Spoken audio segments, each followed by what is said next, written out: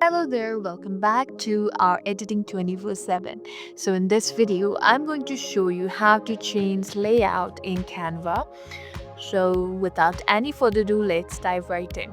So this is the layout right now, and let's say I want to change the layout. I don't like it that much. One way is you can simply drag and customize it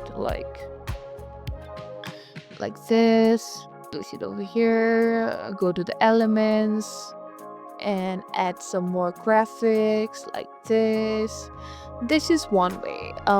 So another way is you can simply go to the designs and go to the templates and simply choose another one.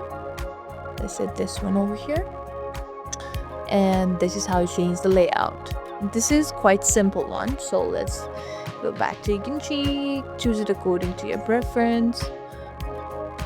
Yeah, so this is how you change the layout in Canva. Now you can customize it according to your preference. I hope this video was helpful. If so, don't forget to like, share and subscribe to our channel. Thank you for watching. We'll see you in the next video.